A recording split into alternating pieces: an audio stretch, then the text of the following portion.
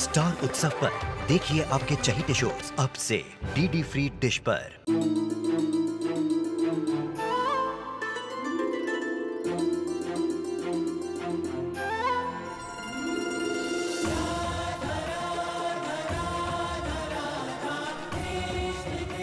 उत्तर प्रदेश की ब्रजभूमि से आरंभ हुई वो प्रेम गाथा जिसने पूरे जग को समझाई प्रेम की परिभाषा। राधा कृष्ण 1 अप्रैल से सोमवार से रविवार सुबह 10 बजे स्टार उत्सव पर।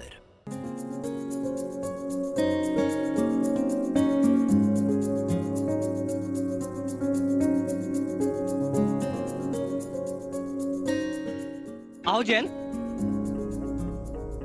प्रत्येक स्नान गृह में एक समय पर 2 लोगों के नहाने की व्यवस्था है, तो तुम चलो मेरे साथ, बहुत आनंद आएगा। क्या हुआ जैन, चलो मेरे साथ।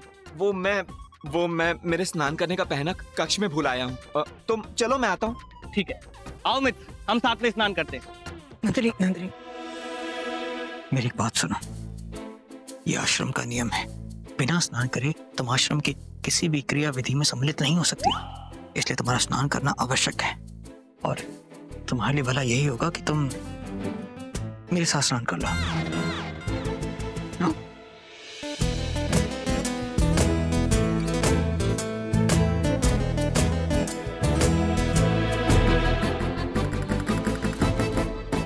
ये शर्त है, तुम्हें मुझे स्नान ही नहीं करना।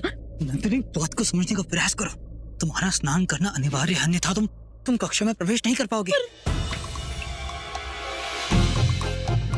देखो, तुम निश्चिंत होकर स्नान करो, मैं तुम्हारी ओर नहीं देखूंगा, ठीक है? और मैं वहीं द्वार पर खड़ा रहूंगा ताकि कोई अंदर ना आए। पर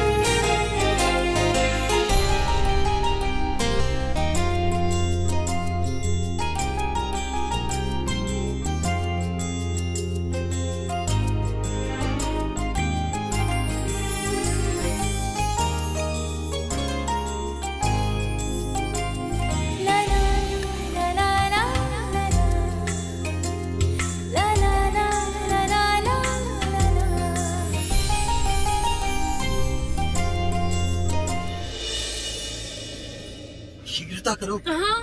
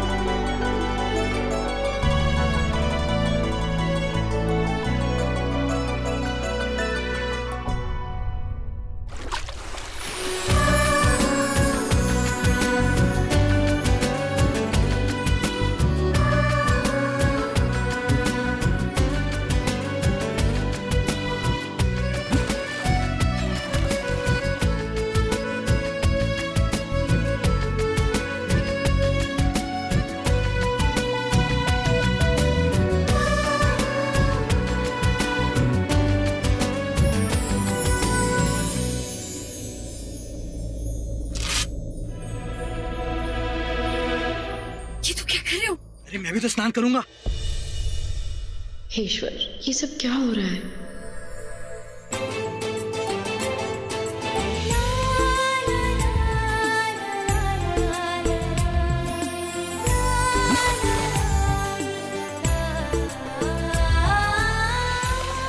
उत्तम देना।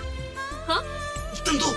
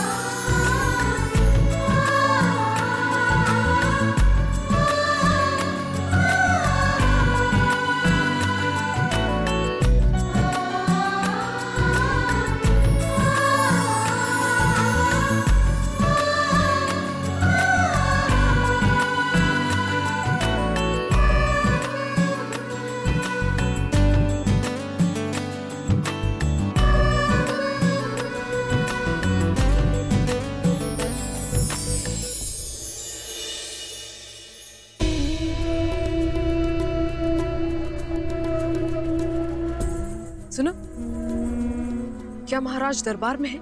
जी वो वहाँ नहीं है। तो फिर कहाँ है वो?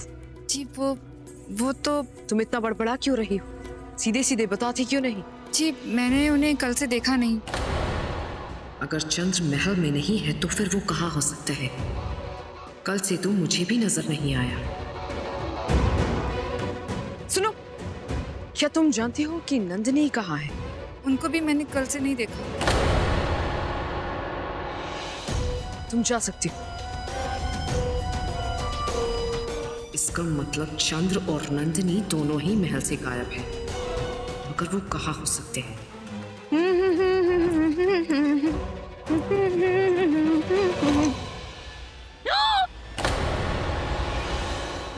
हे प्रभु, इससे पूर्व ये यवनी फिर से चंद्र या नंदिनी के बारे में पूछे, मुझे यहाँ से भाग जाना चाहिए। भागो!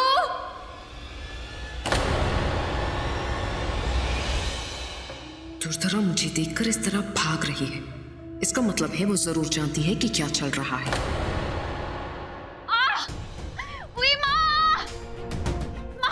माँ, मेरे पेट में अत्यंत पीड़ा हो रही है। माँ, शीघ्रता से कुछ कीजिए। क्या हुआ दुर्धरा? ज्ञात नहीं माँ, किंतु पेट में अत्यंत पीड़ा हो रही है। शीघ्रता से कुछ कीजिए, अन्यथा मैं मर जाऊंगी। अचानक? ये अचानक क्या हो गया? ऊपर बैठो, ऊपर बैठो। आ, रुको।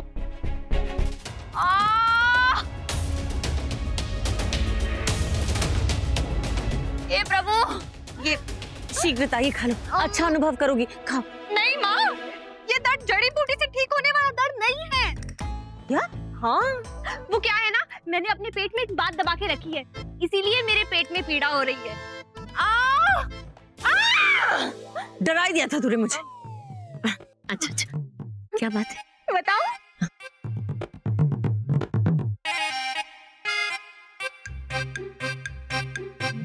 माँ, वो क्या है ना, नंदिनी और चंद्र दोनों भलाग्राम आश्रम गए हैं। हाँ, अब जाकर सुकून मिला मुझे। परंतु चंद्र ने तो कहा था वो समीप किसी गांव में गया है, वहाँ कुछ समस्या आ गई है। नहीं माँ, चंद्र नंदिनी को परीक्षा देने हेतु भलाग्राम आश्रम लेकर गया है। यदि ये चंद्र का निर्णय है तो मुझे कोई आपत्ति नहीं, बल्कि मुझे गर्व है अपने पुत्र पे कि एक महिला के अधिकार के लिए वो इतना कुछ कर रहा है। हाँ माँ, और बहुत अच्छा हुआ जो आपने मेरी बात सुन ली, अन्यथा आप जानती नहीं कि कितनी पीड़ा हो रही थी।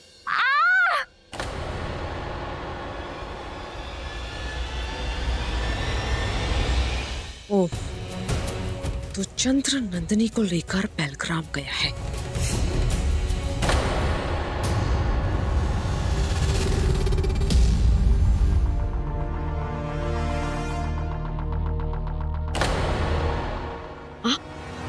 आप यहाँ कैसे? ये इन सब बातों का समय नहीं है। इससे पूर्व कि हमें यहाँ कोई देख ले, तो मेरी बात ध्यान से सुन। तुमने बहुत अच्छा किया जो तुम चंद्र को महल के बाहर ले आए हो। जैसे ही हमारे गुप्तचर ने हमें सूचना दी, मैं तुम्हारे पिता महाराज का संदेश लेकर यहाँ पर आया कुमारी नंदिनी। पिता महाराज? वो कैसे? क्या संदेश है उनका? पिता महाराज ठीक है, यहाँ से वापस लौटते समय तुम किसी भी प्रकार चंद्र को मंदिर वाले मार्ग से लेकर आना। मैं और तुम्हारे पिता महाराज उस पर आक्रमण के लिए वहां पर सज रहेंगे। चंद्र पहली बार किसी सुरक्षा बल के बाहर निकला है, इससे अच्छा अवसर हमें दोबारा नहीं मिलेगा। तुम बस वैसा ही करो जैसा मैंने तुमसे कहा, बाकी सब हम संभालेंगे।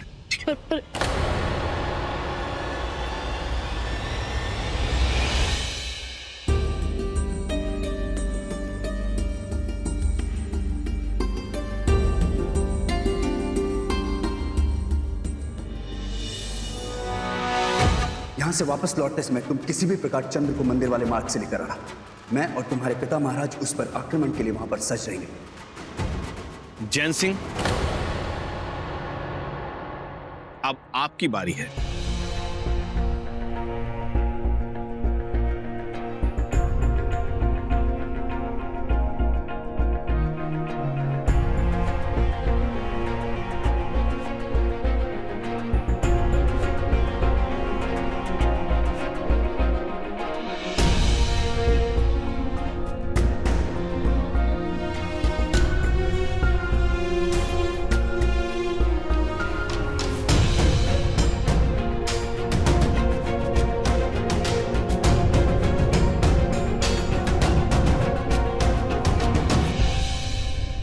तुम्हें इन वस्तुओं में से किसी एक ऐसी वस्तु का चुनाव करना है जो तुम्हारे अनुसार किसी भी राज्य की प्रजा के लिए सबसे महत्वपूर्ण हो।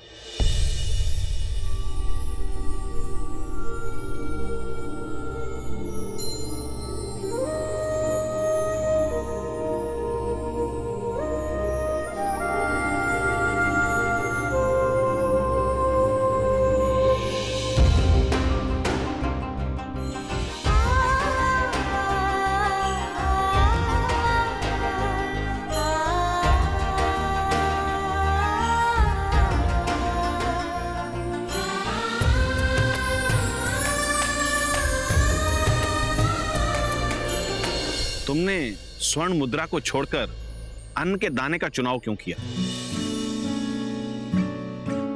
पर आचार्य जी, अन्न का दाना किसी स्वर्ण की तरह मूल्यवान तो नहीं, परंतु मुद्रा को केवल एक ही बार खर्च कर सकते हैं और अन्न के दाने को हम पौधे में लगाकर हम वर्षों तक प्रजा के पेट को भर सकते हैं।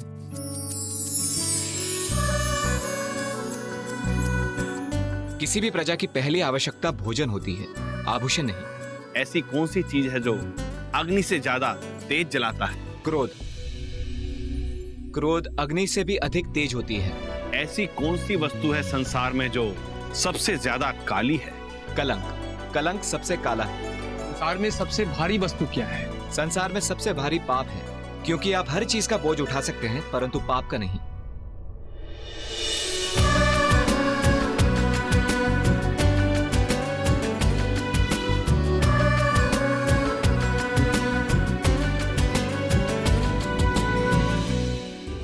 परीक्षा संपन्न हुई। इस परीक्षा का परिणाम आचार्य चाणक्य कल आप सबको देंगे।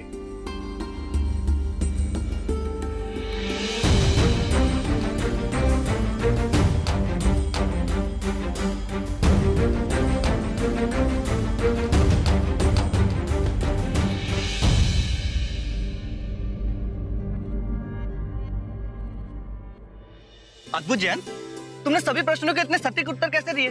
तुम तो महान हो मित्र। केवल बुद्धिमान होने से कोई महान नहीं होता। महान होने के लिए बल और साहस का होना अति आवश्यक है। और इसके कोमल बदन को देखकर तो मुझे ऐसा लगता है जैसे इसके पास साहस नाम की कोई वस्तु भी नहीं। तो देख लेते हैं कि कौन सबसे ज्यादा साहसी और वीर है। मैं तुम सबको एक चुनौती देता हूँ। अगर कोई इस चुनौती को पूर्ण कर सकेगा वही सबसे ज्यादा साहसी होगा। हाँ अवश्य, बोलो क्या चुनौती है तुम्हारी?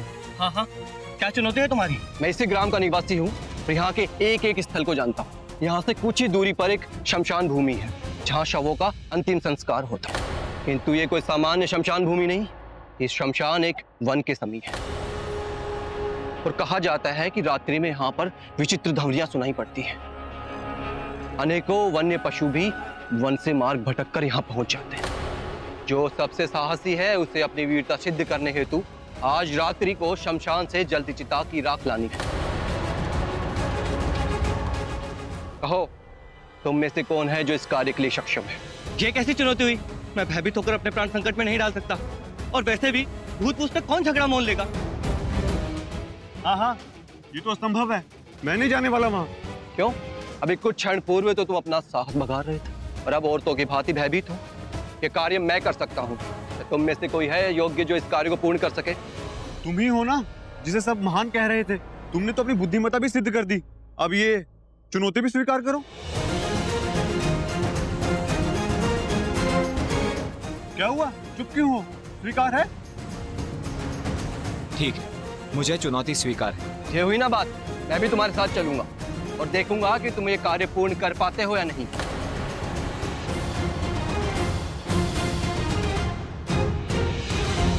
उसने हाँ तो कर दी है, पर मुझे लगता है ये वहां पहुंचने से पूर्व भी भयभीत होकर वापस लौट आएगा।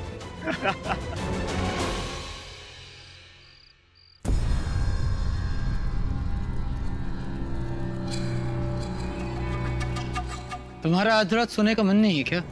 यहाँ आओ, बिछौना लगाओ, सो जाओ। यदि मैंने चंद्र को बता दिया कि मुझे शमशान भूमि जाना है तो वो अवश्य ही मना कर देगा। नहीं, मैं उसे इस चुनौती के विषय में कुछ नहीं बता सकती।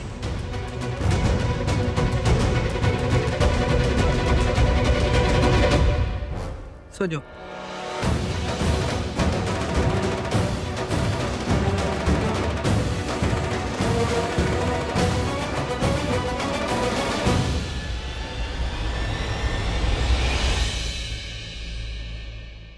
तुम्हें नींद नहीं आ रही है क्या?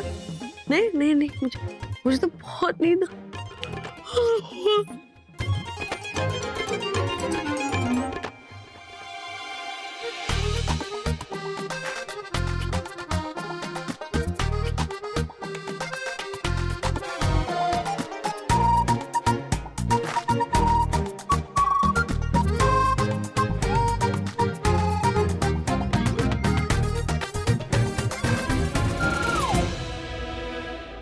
सो जाओ। हाँ।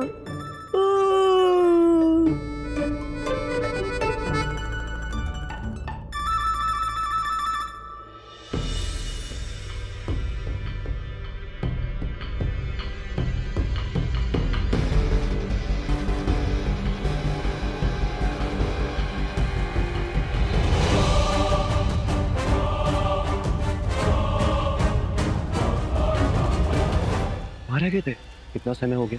शीघ्रता करो, चलो चलो।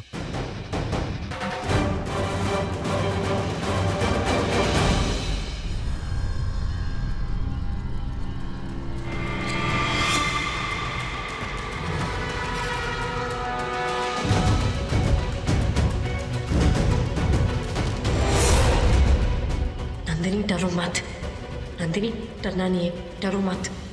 जैन सिंह, यहाँ से शमशान की सीमा आरंभ होती है, अब भी समय, सोच लो, क्या सचमुच तुम्हें ये चुनौती स्वीकार है?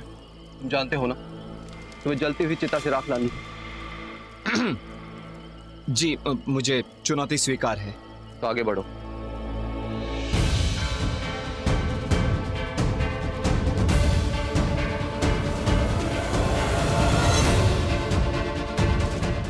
जैन सिंह भले ही कद में छोटा हो, लेकिन इसका साहस देखो, आज तक किसी ने चुनौती स्वीकार नहीं की और इसने एक झटके में हाँ कह दिया।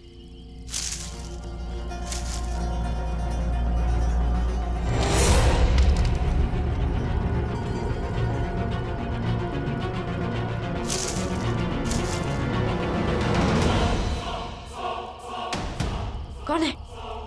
कौन है? सामने आओ, जो भी है सामने आओ।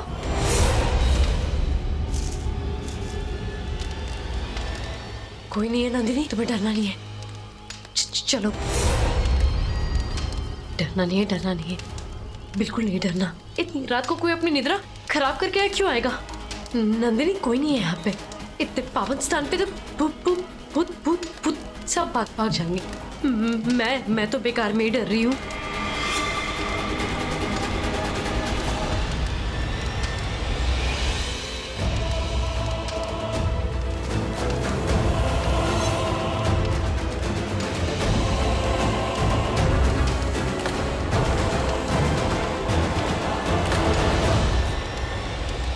कि जैन सिंह कहाँ रह गया? कितना समय हो गया, अभी तक लौटा क्यों नहीं? कहीं भैंस से मूर्छित तो नहीं हो गया? ये चलकर देखना होगा। हे ईश्वर, अब मैं वापस कैसे जाऊंगी?